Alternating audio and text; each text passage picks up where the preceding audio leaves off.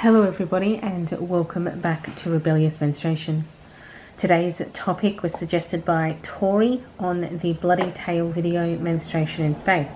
I will link that up in this left hand corner up here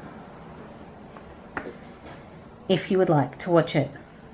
But the topic of pregnancy in space was raised and I thought it'd be an interesting topic to cover, so I looked it up.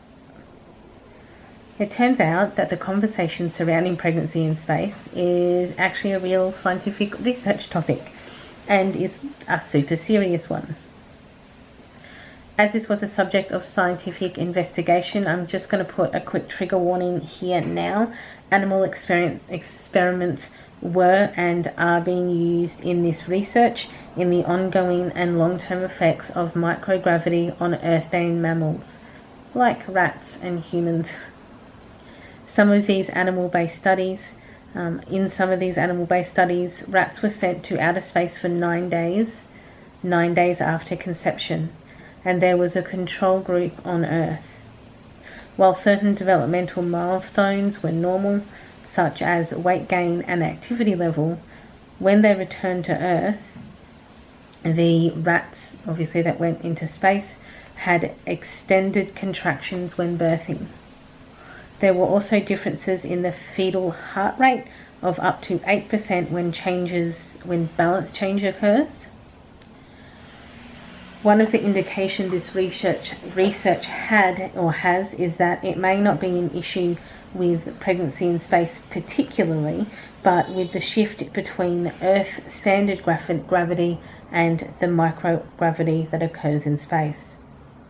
Other animals sent into space include mice, salamanders, frogs, fish, and plants, all to study the space flight effect on reproduction. Most of this research is honestly mixed and inconclusive. It is also inconclusive as to whether conception and pregnancy could be successful in an outcome with humans, in the sense of that results may not translate. So a lot of the research that they've done, they've extrapolated information and kind of extrapolated where that information could lead them, but that does not necessarily mean that relationship between the research and their suppositions is causational rather than actual, because it hasn't happened yet. The biological realities of what microgravity influence is on the body, such as currently for every month an astronaut spends in space, their bone density decreases by 1 to 2%, meaning that an extended stay in space may decrease your bone density enough that childbirth could fracture a woman's birth. I wrote the wrong word. I actually wrote birth canal, but what I mean was pelvic bone. While there is no evidence that space travel is any natural form of contraception, i.e. the presumption is that you could get pregnant in space and that you could bring that baby to full term and that you could give birth to it in space, so that at the moment is the working presumption, because there is no evidence to the contrary, and the animal studies have shown that you can successfully propagate certain things in space, and you can like the rats successfully maintained their pregnancy while in space. Other studies, so again, there's no actual evidence that space travel is any form of contraception, but there is also a phenomenal lack of study regarding this. NASA itself prohibits pregnancy for astronauts, routinely testing for that leading up to mission launch, particularly in the 10 days leading up to mission launch. NASA also heavily recommends the use of contraceptions in space as a quote-unquote practical solution for menstrual suppression, and obviously menstrual suppression, because your menstrual cycle is essentially for pregnancy, would mean pregnancy suppression. These can come in the form of pill or implants or IUDs, Other extended space days influences on the body is radiation. So 6 months on board the International Space Station, or the ISS, exposes astronauts to approximately 40 times the amount of radiation than any earthbound resident.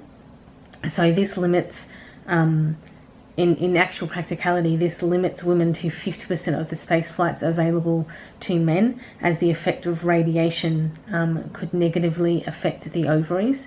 I did not find any research onto how this affects male reproduction, or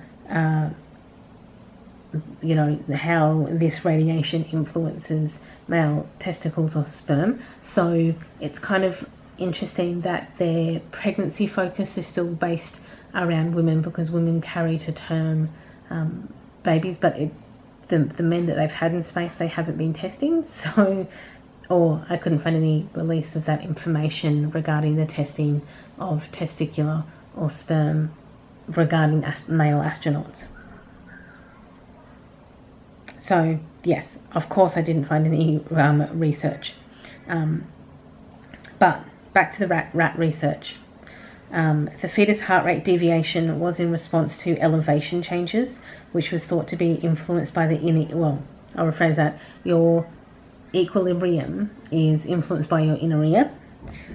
So the deviation responses were thought to be directly related to the inner ear, which is a labyrinth system that contains organs connected to obviously your hearing and your equilibrium or balance, which would essentially be affected with or by or in microgravity. Microgravity seemingly is the factor here, or rather the lack of Earth-specific gravity, which our bodies are specifically attuned to and essentially evolved within. Space and its accompanying microgravity environment is an unknown environment, making it dangerous for curious humans, and all of the physiological effects on bone density, muscle deterioration, and spine stretching that do currently occur could lead to serious physical abnormalities with fetal and infant development in space. So the spine stretching, they have shown that astronauts who go into space at 6 foot have come back at 6'3". So, and that was related to the spine stretching, or the way that microgravity influences your spine.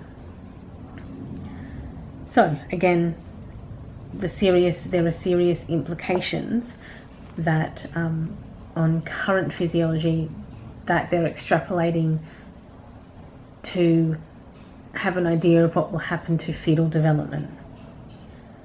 So while this information is important, these effects need to be considered for potential Mars or Moon colonies immediately and or over the generations down.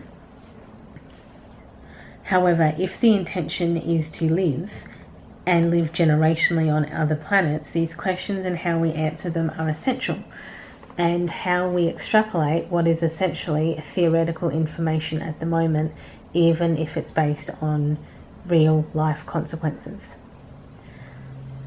One of these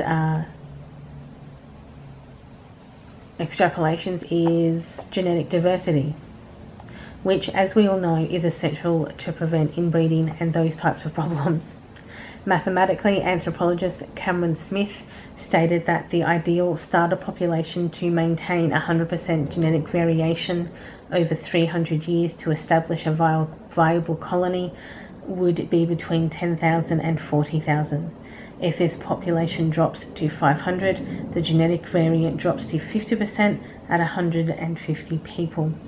The genetic variant drops to 50%, and at 150 people, the genetic variant is 20%. And we are currently nowhere near being able to transport over 10,000 people into space, even though it would be preferable for that number to be closer to 40,000. Yet this doesn't mean that we have all the information to for positive or for negative. as we learned from Jurassic Park, nature also always finds a way. So I'm going to put some links below, as well as some links to other YouTube videos about this, some of which are pretty excellent, some of which are pretty atrocious, but I watched them anyway and they made me laugh, so I'm going to link them down below.